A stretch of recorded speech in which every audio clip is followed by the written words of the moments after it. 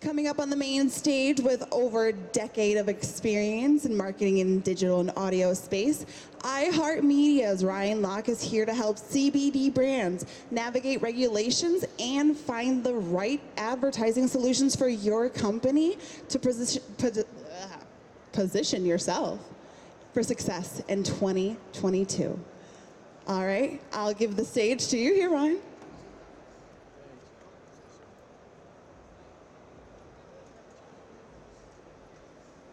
How's everybody doing?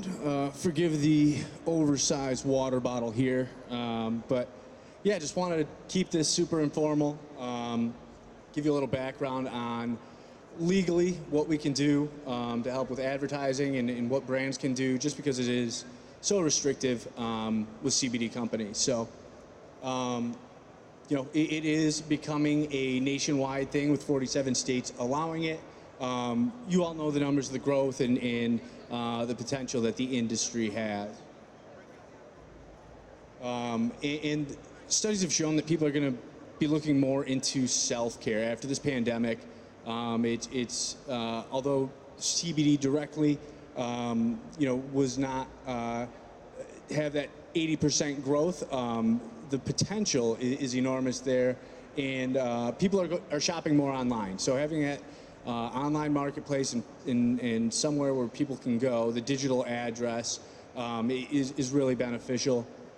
In trust and recommendation, so coming from the audio space and podcasting and radio, when you hear an endorsement or a commercial, if you will, from your favorite personality, you're more likely to react and respond to that message. And studies show, I have some figures coming up here in a minute, but it's substantially more effective. So differentiated strategy is critical.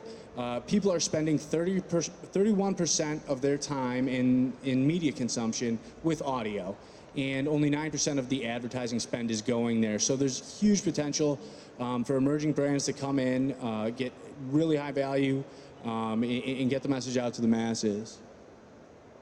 What iHeart can do is, across our hundreds of stations, we reach 273 million listeners each month. Excuse me. We have the iHeartRadio app. We've got the largest podcast network with names like Will Ferrell, you know, Colin Cowherd, Dan Patrick, and we even have podcasts in the CBD category if you're looking to advertise specifically in an environment where listeners are tuning in for that type of content. And speaking of podcasts, podcast listeners are 75% more likely to be CBD users. You can see that on the far, I guess that would be right for you. And really, there's only a few restrictions when it comes to CBD and CBD advertising. The main thing and the main takeaway is that as long as you don't sell traditional marijuana, traditional cannabis, you're good. That's kind of the message. However, what the content and what you are saying in your ads, that's what is important. That's what I'm here to help guide you through.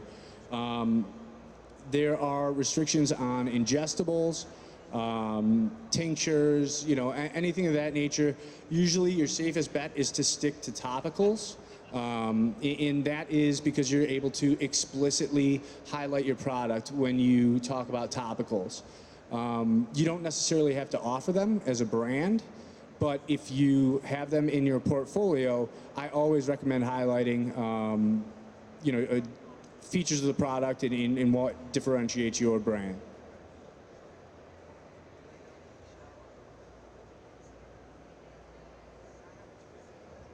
So yeah, the one thing when it comes to CBD and people, you know, the educational aspect of it and experimental nature of CBD, there's a ton of people out there who are still confused and they don't really understand what it is. You know, they think back to traditional marijuana, and that's not the case.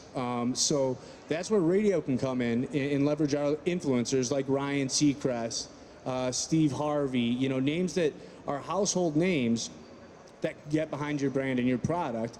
And when the message is coming from them, there's an inherent trust with the listener, just because of how long listeners are spending time with them.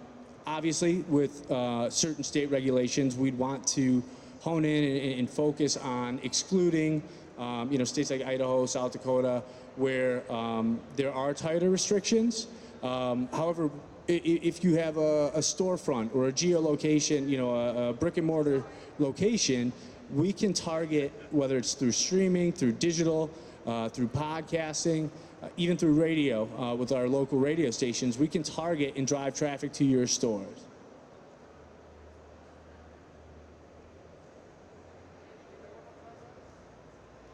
So this is a little bit more information about, the influencers, what we can do, and exactly how we've gone about it for brands that are currently winning with IR Media. Think about your favorite radio show, your favorite podcast, and how frequently you listen to it, and how many hours you spent listening to it. Then think about your best friend, and how many hours you spent, just this past week, how many hours have you spent talking to that person? How many hours have you spent listening to your favorite podcast? And when you start to think of it that way, the advice and endorsement that comes from a personality is powerful, and they've got that recognition.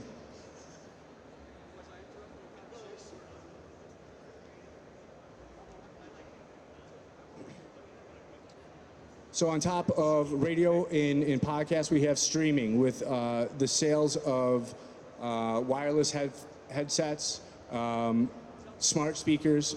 More and more people are tuning in at home. And so Amazon Play, Kiss FM, it'll stream right into there, and your ad can be served to a targeted person. Let's say you want to reach women 21-49 who are suffering from back pain. That's how granular we can get with targeting. Arthritis, people who are anxious, people who are stressed, who have depression. We can target. I know it's scary, but we have the ability to reach those consumers. And it's something that, Facebook and some of the other social media platforms, it's cracking down on. But since it's our first-party data, and the listeners have opted in and volunteered that information, we're able to cater our ads to reach them specifically. The other way we can get into hyper-targeted audiences in the home landscape, and if you're already spending on video advertising, whether it's through TV, for your own social pages, anything like that, we can use over-the-top television. And when I say over-the-top television, think of Netflix, or Hulu, or Peacock, or Amazon, any of those different streaming platforms, especially on the ones that are ad-enabled. So the targeting capabilities on that front are substantial, and the same regulations come into place there. You can't make any health claims. You can highlight your topicals, but the ingestibles and traditional cannabis is what you're going to want to stick clear of. And the last thing that is kind of a hurdle and an obstacle for people with radio and radio advertising is, all right, so yeah, people are hearing my spot, they're telling me that they heard my commercial on the air, but what is it actually doing? Are they actually going to my website? Are they making a purchase? We can track that for you with tracking pixels. So if we serve an ad over our streaming or an ad over our podcasting, we could provide you with a line of code that you place on your website or your storefront, and we can track that consumer's behavior. So let's say we're running an ad on a streaming station. A listener goes to your page to check it out. Maybe a couple weeks later, they go and they actually put an item in their cart. We can follow them along that journey and attribute those actions to specific different commercials, different creative, and different targeting that we're implementing to reach that consumer. And just as an overall, this is all-encompassing for no matter what industry you're in, it's an 8-to-1 ROI with radio advertising. And obviously there's some caveats to that. You're not going to be able to run one commercial and expect to get 8 times your investment on that. But with the strategic approach and with the right targeting and messaging, you can see returns substantially higher than that, especially in an industry like CBD. So yeah, some of the main things, main takeaways is you're not going to want to, if you don't have a topical product, you can advertise your brand. You can just run branding. You can drive to the website. You can drive to your social, but you can't highlight health benefits. You can't, say that it relieves pain. You can run testimonials, but those have to be carefully worded. And really, we have a large legal team that's behind us that's here to help with that. So if you have any specific questions, I'm literally here to be a conduit, find out what you all are trying to learn about, what you're trying to know, questions you might have. And I take it back to our legal team, and they'll get back to me with an answer within 24 hours. So if you ever do have any questions, you're interested in learning more, I'm here to help. You can find my contact information up there. It's a little small, so I'll read it. It's Ryan Loch, Loch, at iHeartMedia.com. And my number is 847-477-0075. Does anybody have any questions? Hi.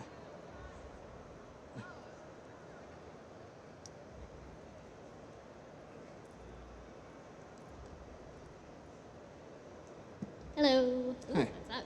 Hi. I'm Rebecca Abraham. Hi, I'm a cannabis nurse. So pretty new field in cannabis, new field in healthcare. What are and we get caught in the shuffle that every other person does in the industry. We don't sell anything but education and guidance for cannabis, but we can't advertise either in a lot of traditional spaces. So my question is, this all sounds great, but what would you say is the cost range, minimum cost to kind of like maximum cost to do this? Yeah, so it's a question I get all the time, and it's a great question. It really depends. My first recommendation is taking a look at where you are as a business in your marketing dollars, your marketing budget, and be realistic about assessing that, because you don't want to overextend yourself. I hear it all too often. Oh, I hired this influencer online and I didn't get any return, or I hired a digital agency and they couldn't deliver.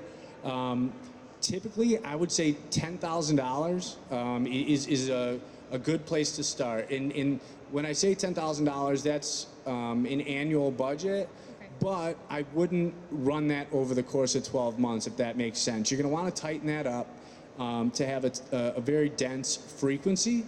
So maximum, I would say 6 to 8 week campaign with that $10,000. Okay. And you can hone in on specific markets. So if you have data, the more data that you have, the better. It makes our job a lot easier. So $10,000, yeah, is kind of on the low end. On the high end, there Procter and Gamble and major companies are spending millions and millions and millions. So it really depends. Companies like CBD who are running national podcasting campaigns. That's they're spending in the millions. So great question, and Awesome. yeah, Thanks. hope I answered. You did.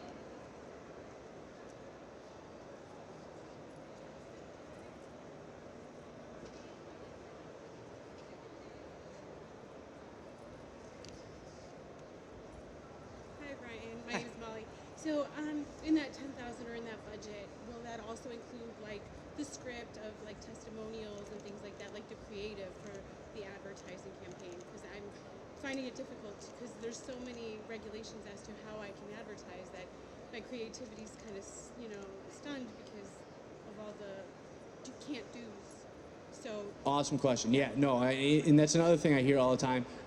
That's the beauty of working with iHeartMedia is we handle production, creative, scripts. We'll make it sound like you paid $1 million for your campaign, but really it's free. We take that's included in the cost. So the way it works, to give you a little bit of a peek behind the curtain, is you meet with somebody like me or whatever, and we'd have a conversation about your brand, what makes it unique, who you're trying to reach, what you're trying to get them to do, and by when. Take a look at your budget and where you want to geo-target. And then I would take the key bullet points, your brand differentiators, and I send it off, and we have a team of hundreds of copywriters. And it's almost like a contest because they get paid out by which scripts we use. So we'll get anywhere from 5 to 10 to 15 scripts back, and it's from there it's your choice on which direction you want to go. If you want it to be funny and goofy, we can do that. If you want multiple voices, if you want it more serious and kind of a more medical approach to it, that's something we can do as well. Yeah.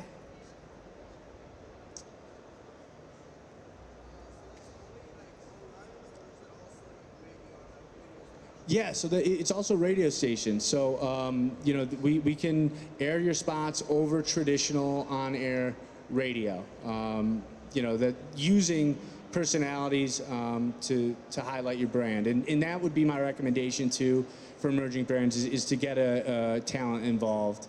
But yeah.